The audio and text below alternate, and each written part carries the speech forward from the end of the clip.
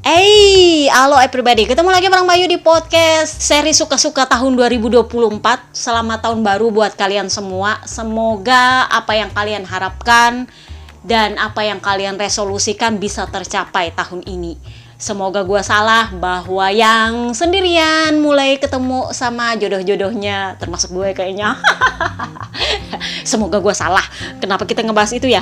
So, kita ngebahas soal Mamang Mancing Stoner dulu. Ini kasihan sebenarnya. Setelah musim kita kering, kerontang, panas luar biasa, akhirnya hujannya nongol ditambah dengan gempa dan segala macam.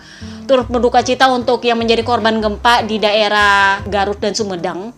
Dan sepertinya wilayah Asia sama Australia ini sedikit di-shaking sama langit. Ada yang kena gempa, ada yang kena tsunami, ada yang kena banjir. Nah, Mamang Mancing Stoner itu ternyata kena banjir. Rumahnya roboh, yang di peternakan yang biasanya dia sekarang tempati sama keluarganya itu roboh. Untungnya sih bukan bangunan utama, tapi untungnya adalah mereka gak kenapa-kenapa. Jadi Mamang Mancing Stoner ini kemarin diwawancara. Jadi Stoner, menurut kamu ini perkara konsesi yang baru ini sebenarnya bagaimana? Jadi menurutnya Stoner, saya sedikit kurang setuju dengan perubahan aturan konsesi yang sekarang ini. Kenapa? Karena aturan yang ada sekarang itu berlakunya tiap 5 tahun. Benar sih, itu nanti tahun 2027 baru berubah lagi total jeng. Kalau ada mau pabrikan mau masuk biasanya tahun 2027. Jadi menurutnya Mamang Stoner, sebaiknya MotoGP itu punya aturan yang berlakunya 10 tahun. Udah kayak paspor baru aja itu yang berlakunya 10 tahun. Gue mau bikin paspor lagi deng. Udah mau habis paspor gue. Jadi menurut dia, daripada berlaku 5 tahun, mending berlakunya 10 tahun. Kenapa? Karena dengan begitu pabrikan-pabrikan kecil itu punya budget yang fix. Paling enggak untuk jangka 10 tahun. Kenapa? Karena selama 10 tahun itu aturan nggak berubah. Pengembangan dihapus. Karena dia maunya rider itu balapan dengan skill murni tanpa pakai elektronik. Kan lo tahu alasan dia kemarin pensiun adalah karena dia merasa motornya udah berubah, terlalu banyak elektronik dan dia merasa nggak nyaman dengan motornya. Ya kalau menurut gue itu karena dia nggak mau dengan perubahan. Jadi dia bilang, ya saya memaklumi kondisi psikologis Marc Marquez untuk memutus kontraknya dari Honda dan pindah ke Ducati karena dia pengen berkarir lebih lama di MotoGP. Karena saya juga seperti itu. Ada kondisi di mana mental saya itu tidak menerima perubahan motor saya. Karena waktu itu motor saya itu banyak sekali elektroniknya dan saya sulit beradaptasi.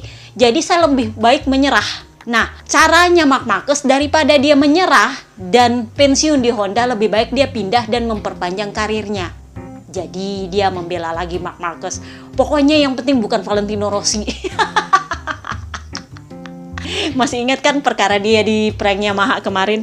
Nah, jadi Mamang Stoner itu bilang, saya itu maunya aturan itu berlaku 10 tahun, elektronik dicabut, pengembangan aerodinamis dilepas semua. Jadi pabrikan-pabrikan kecil yang minim dana, you know lah ya. Pabrikan Eropa kan rata-rata terbatas dananya. Itu bisa mengendalikan budget mereka karena aturannya sudah fix selama 10 tahun. Mereka bisa memperkirakan pengembangan mereka itu sampai di mana. Jadi nggak ada cerita lagi, oh kami nggak ada budget untuk berkembang lagi. Karena gosipnya Suzuki itu memilih untuk mundur dari balapan MotoGP karena mereka sudah nggak punya budget untuk mengembangkan motor. Udah nggak bisa ngejar pengembangan aerodinamisnya Ducati, udah nggak bisa ngejar buang-buang duit untuk ngetes mesin. You know kan, kalau prototipe itu kan duit yang dibuang jutaan dolar. Jadi itu menurutnya Mamang Stoner. Nah, kalau menurut gue sih sebenarnya itu bukan solusi. Kenapa? Karena kalian bisa lihat, ini kan kasusnya sama seperti zaman MotoGP dulu-dulu sekali ketika Ducati masih belum jadi apa-apa. Yang berkembang, yang bagus justru pabrikan raksasa yang punya duit. Kenapa? Karena mereka santai, nggak perlu berkembang, cukup jor-joran di mesin. Mesin itu kan banyak duit dibuang di situ, kakak. Tetapi sekarang ini pabrikan raksasa itu komplain karena pengembangan aerodinamis yang dilakukan oleh Ducati itu menurut mereka juga buang-buang duit. Kenapa? Karena mereka nggak punya analisa setepat dan secerdas Papi Perigigi. Sementara Papi Perigigi menurut dia itu nggak buang-buang duit, karena kan itu pannya kecil-kecil banget. Tetapi dia sudah menghitung analisa kira-kira ini cocok nggak untuk Ducati dia. Sementara pabrikan lain, terutama pabrikan Jepang, itu kan sulit untuk mengira-ngira kira-kira ini cocok apa enggak ya aerodinamisnya. Mereka meniru dari pabrikan Eropa tapi nggak tahu efeknya kepada motor mereka. Akhirnya ya pakai buang. Ujungnya ya kayak Quartararo. Dari sekian banyak part yang dipakai, nggak ada satupun yang bikin dia senang. Nah kan buang duit. Yang buang duit siapa? Ridernya. Bener nggak? Jadi ini sebenarnya perkaranya adalah seberapa cerdas para insinyur ini mengembangkan aerodinamisnya. Papi Peri Gigi membuat aerodinamis yang memang banyak, tetapi dia tahu kira-kira ini cocok apa enggak. Kenapa? Karena dia punya banyak rider untuk ngambil data. Sementara pabrikan Jepang itu emang masih buta soal aerodinamis. Jadi ya mereka niru aja apa yang dilakukan oleh pabrikan Eropa, dipasang di motor mereka, ujungnya ridernya nggak seneng. Karena nggak cocok sama motor mereka. Ya akhirnya buang duit. Nah inilah titik di mana Yamaha komplain. Papi Peri Jarvis bilang, ini yang bikin budget kami tuh habis luar biasa. Ujungnya adalah Ducati dibungkam, nggak boleh berkembang. Pengembangannya di cap. Karena mereka nggak sanggup ngejar. Sebenarnya itu bukan masalah dana, tapi masalah ketepatan dalam membuat partnya. Partnya dibikin banyak tapi nggak ada gunanya semua. Sementara Ducati bikin banyak tapi ada yang berguna, dan sekali berguna itu berguna banget. Ngerti nggak sih? Emang beda otak ya. Papi Peri punya otak itu emang manusia paling jenius di MotoGP kayaknya sekarang dia tuh. Orang berusaha untuk meniru dia tapi susah banget. Dia kalau bikin part itu Peko biasanya suka. Pasti ada satu yang nyantol buat Peko gitu. Dan itu ujungnya Peko suka, rider lain juga suka. Ngerti nggak? Karena sekali cocok di Peko, yang lain juga ternyata cocok. Itulah kenapa gue bilang Peko ini disayang banget sama Ducati. Karena kalau dia yang ngetes part, kalau dia bilang oke, rider lain biasanya oke juga. Meskipun mungkin nggak sebaik dengan Peko, karena kan Peko yang adalah pengembang utama. Tetapi nggak ada ceritanya seperti di Yamaha saat ini atau di Honda. Yang kalau rider utamanya coba, rider lain nggak bisa pakai. Karena nggak cocok. Nah inilah yang Papi Tardosi bilang, kami itu berkembang sejak Stoner pergi dan Gigi Dalinya bergabung. Kenapa? Karena kami menggunakan semua yang kami punya dengan dana yang terbatas. Kalian masih ingat udah gue bilang ini adalah pabrikan terpedit sebenarnya di MotoGP. Gaji ridernya itu kecil banget. Kenapa? Karena mereka mengalihkan alokasi dananya itu untuk pengembangan, karena mereka memang dananya terbatas. Jadi Papi Tardosi bilang kami itu mengalokasikan semua yang kami punya itu untuk pengembangan, untuk mengubah mindset bahwa motor Ducati Desmo CDC ini hanya bisa dipakai oleh stoner, yang bahkan seorang Valentino Rossi pun nggak bisa pakai. Masih ingat waktu Papi Ciabatti bilang kedatangan Valentino Rossi ke Ducati, dan ketika dia gagal itu membuat sebuah mindset bahwa memang motor Ducati itu cuman bisa dipakai oleh stoner. Ducati cuman bikin motor untuk stoner. Rider lain nggak ada yang bisa. Tetapi setelah perjalanan panjang dengan bergabungnya Papi Peri Gigi, akhir kami bisa jurdun, dan akhirnya jurdun 2 kali. Keberhasilan Peko banyak yang mempertahankan gelar jurdunnya, dan saingan terbarunya ternyata memang orang Ducati juga, dan para pesaingnya 3 besar klasemen itu adalah Ducati juga. Itu membuktikan bahwa Ducati berhasil mengubah mindset dari yang dulu katanya hanya membangun motor untuk stoner, membangun motor yang bisa hanya dipakai oleh stoner, menjadi motor yang bisa dipakai oleh semua rider Ducati. Jadi ini agak kebolak-balik dengan mindsetnya Yamaha. Udah gue bilang, Yamaha dulu zaman Bebek Vale masih di sana itu bisa dipakai oleh semua rider, even rider satelitnya ya, meskipun nggak sebersaing Ducati saat ini. Tetapi dulu tim satelit Yamaha itu adalah tim satelit yang paling menjadi incaran para rookie karena biasanya bagus. Tetapi sekarang mindsetnya Ducati dulu itu pindah ke Yamaha ketika Bebe Vale keluar dan mereka fokus pada Quartararo. Mereka membangun sebuah motor yang hanya bisa dipakai oleh Quartararo, dan ujungnya rider lain nggak bisa. Morbidelli nggak bisa. Ini sama dengan Honda yang emang udah dari dulu-dulu emang sudah akut kayak gitu penyakitnya. Hanya membangun motor yang hanya bisa dipakai oleh seorang Marc Marquez. Rider lain itu ya berjibaku di belakang, men. Kenapa? Karena mereka nggak cocok. Apa yang disetujui oleh Marc Marquez itu nggak pernah cocok untuk rider lain. Apa yang disetujui oleh Quartararo itu nggak cocok sama Morbidelli. Kalau Quartararo aja semua partnya dia nggak suka, ya apalagi Morbidelli tambah nggak cocok. Makanya waktu di tes Misano kemarin dia bilang apa? Ya pada akhirnya kami kembali ke paket awal karena nggak ada satupun part baru yang cocok sama saya. Makanya gue bilang Yamaha itu wajar keberatan dengan pengembangan aerodinamis. Kenapa?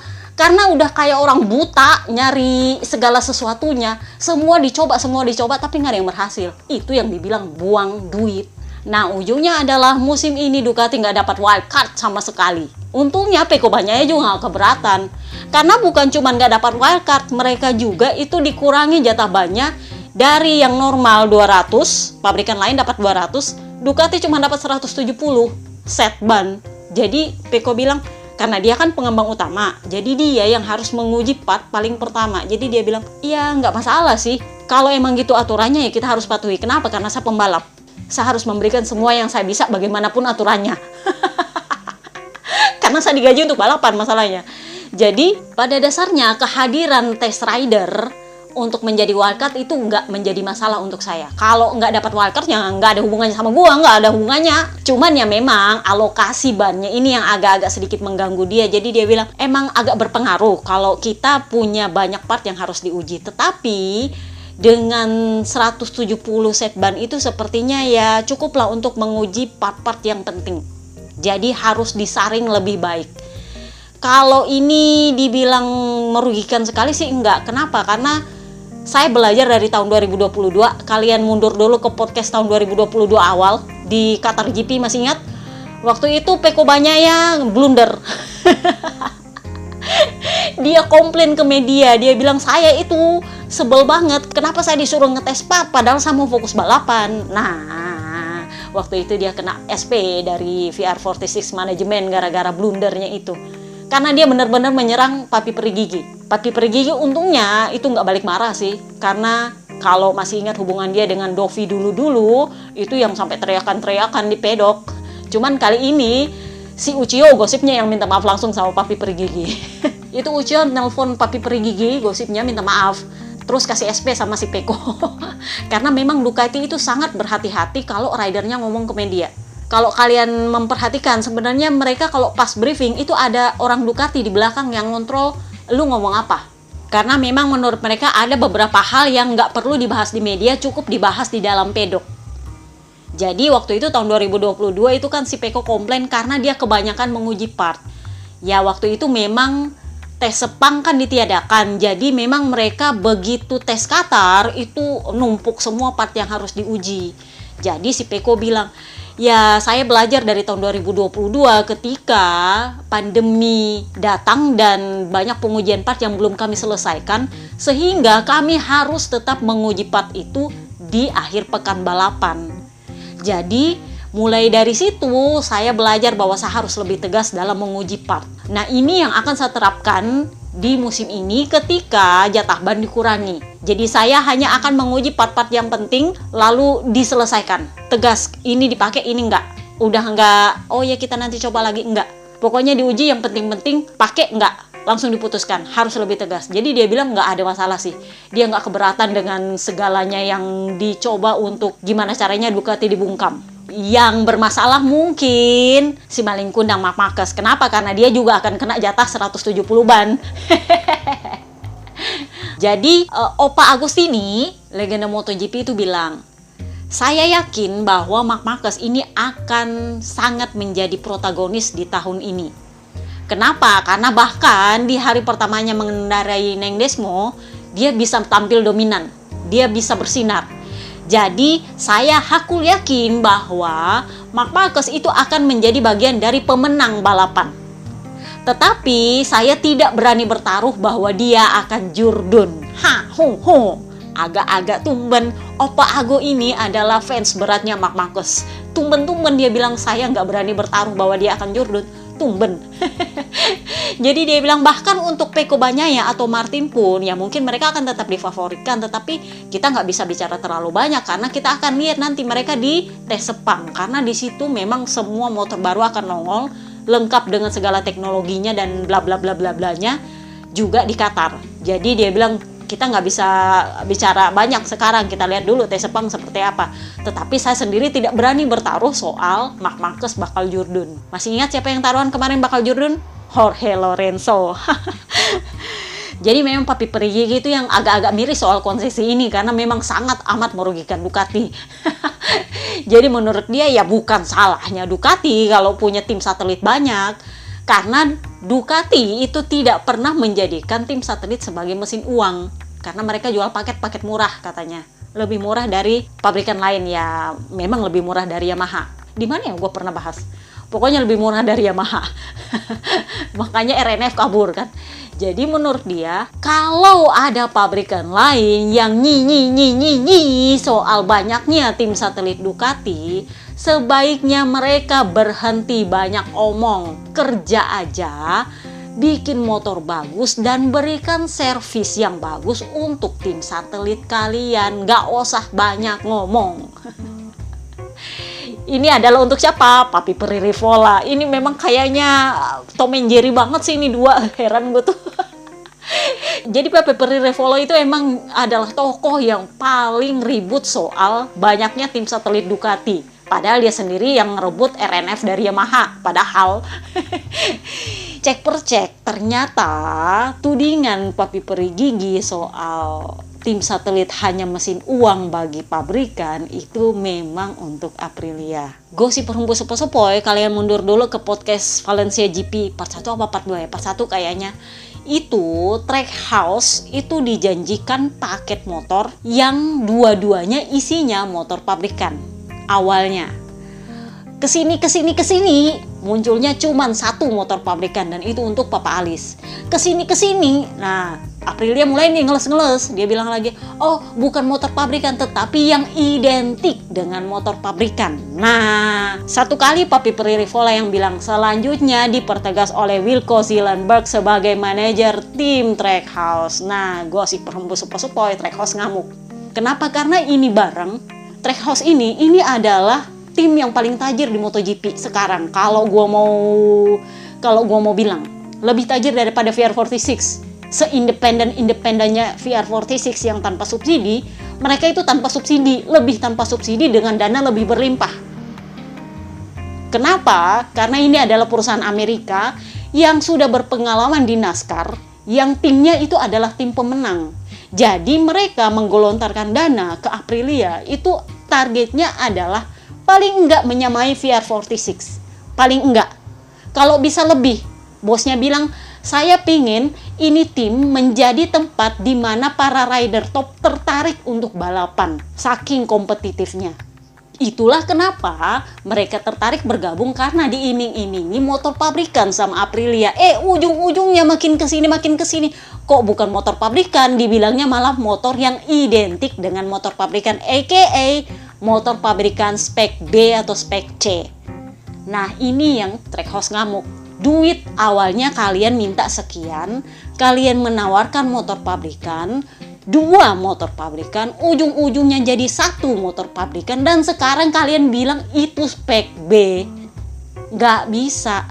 Ya mungkin klausulnya cuma berbunyi motor pabrikan, bukan diperjelas bahwa itu spek A, spek B, spek C. Bener nggak sih? Pinter juga nih ngakalin nih Aprilia. Tapi Trackhouse kan perusahaan Amerika, mereka juga punya otak, lebih pinter lagi. Jadi mereka bilang, oh nggak bisa. Kalian bilang di situ motor pabrikan, itu artinya motor yang sama persis dengan yang dipakai oleh rider tim pabrikan. Artinya spek A.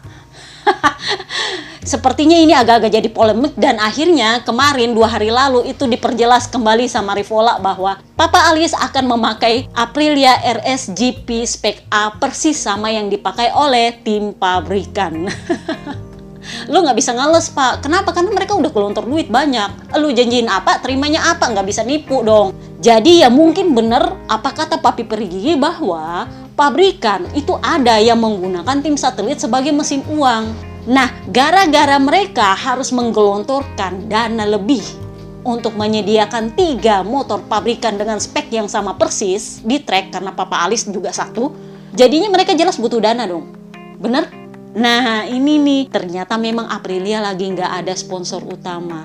Jadi Papi Peri Rivola itu bilang kayak gini, ya So far, pendanaan kami bagus. Jadi grup Piaggio itu memberikan kami dana yang bisa kami gunakan untuk mengembangkan motor. Tetapi musim ini sepertinya adalah waktunya kami mencari duit. Ya iyalah, harus cari duit. Kenapa? Karena udah 3 motor pabrikan yang sama persis yang turun di track. Emang ada dana dari track house, tapi lu nggak bisa nyelepet di situ, men.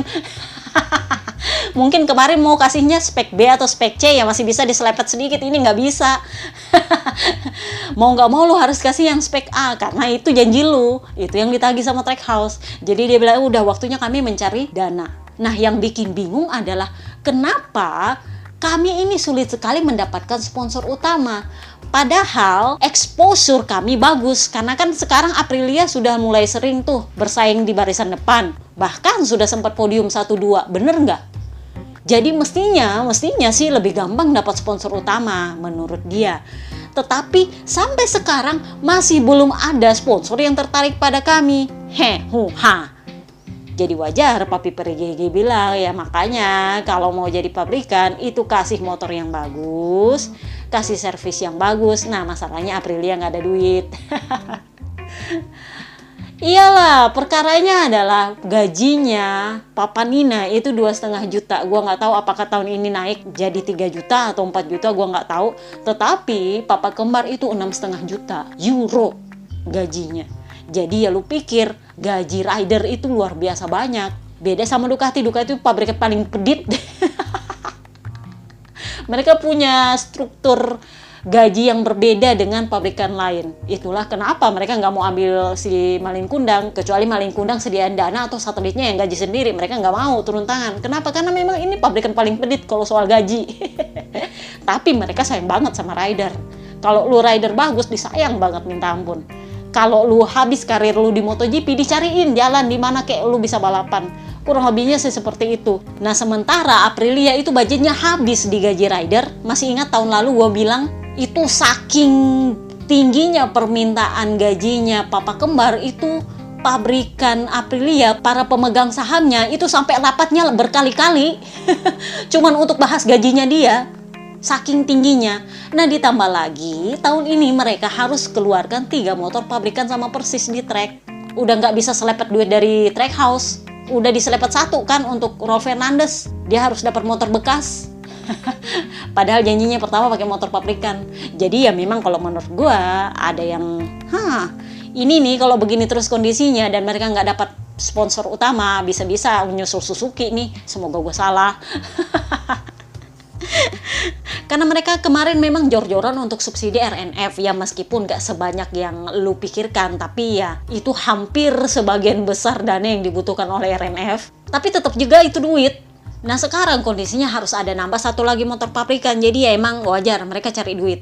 Nah, itulah kenapa Enea Bastianini muncul di mejanya Aprilia. Jadi Papi Pirivolo bilang, ya kita lihatlah 3-4 bulan pertama musim ini itu akan menentukan pasar rider tahun 2025. Kenapa? Karena Enea itu diperkirakan akan sulit mempertahankan posisinya tahun 2025. Karena semoga gue salah bahwa Jorge Martin itu harus bersaing dengan rider Morbidelli. Semoga gue salah. Dan juga si Kriwil Marco Bes. Jadi ya dengan 3 rider yang berebut untuk seatnya, Enea Bastianini bisa dipastikan akan kesulitan. Jadi memang udah mulai nih packing nih. Kemarin sudah sempat ngomong-ngomong sama KTM, tetapi KTM ya buat Paul Espargaro aja masih susah nyari seat. Coba kan, apalagi buat ini ya, ditambah lagi dengan Marc Marquez yang ngantri mau ke KTM kalau Red Bull nyuruh. Ya maaf. Jadinya ke Aprilia, siap-siap. Jadi ini adalah salah satu solusi untuk Aprilia. Pertama, gajinya Enea nggak terlalu gede. Kedua, Enea itu punya sponsor banyak. Dan kebanyakan itu dari Italia. Masih ingat kalian waktu di Gresini itu kenapa dia dapat part yang lumayan bagus dan sponsornya beda sendiri? Karena memang dia punya sponsor pribadi. Dan gosip sepoi kenapa dia bertahan di musim ini seatnya, bahkan ketika Jorge Martin sebenarnya layak untuk dapat seat dia sebenarnya. Gosipnya dia bertahan itu karena dia punya banyak sponsor di belakang. Jadi itu yang diincar oleh Aprilia, menyelamatkan. Ini mulai nih bau-baunya Gresini nih. Cuman ini kan tim pabrikan maksud gue gitu loh. Kalau Gracie ini kan ya wajar, itu kan tim satelit gitu. Ini tim pabrikan gitu. Maksud gue kenapa nggak sekalian lu ngincer Marc Marquez aja? Kalau lu nyari duit, bener nggak sih? Cuman kalau motor lu memble juga ya kurang lebih begitulah. Jadi Enea Bastian ini kalau nggak ke KTM ya ke Aprilia. Karena Aprilia emang juga sedang mencari rider KTPI. Dan Enea Bastian ini itu di atas kertas lumayan cocok. Nggak ada bau-baunya VR46. Dia punya sponsor berderet banyak. Dia adalah rider yang independen. Sebenarnya lumayan bagus. Kalau mau bagus ya lumayan bisa bernapas lah. Jadi nanti kita lihat mereka akan dapat sponsor utama seperti apa. Emang agak-agak aneh sih. VR46 loh yang ngantri sponsor banyak. Bisa-bisanya tim pabrikan itu nggak dapat apa-apa. Ya, yang menang kan best menang berapa kali masalahnya. Jadi ya wajar yang antri sponsor di sana banyak. Cuman ya tetap aja kalau menurut gue agak-agak aneh sih. Itu juga Papi Peririvola bilang, saya juga agak aneh. Kenapa nggak ada sponsor yang tertarik sama kami? Padahal kami sempat menang loh. Tapi yang jelas, kehadiran Trackhouse ini bikin nafas barunya Aprilia dan para rider XRNF ini lumayan lega. Kenapa? Karena selama ini itu mereka susah banget dapat part, saking kisminnya itu tim, saking banyaknya subsidi yang diperlukan. Sekarang mereka justru para ridernya bakal siap-siap untuk halan-halan ke Amerika, ke California, Kak.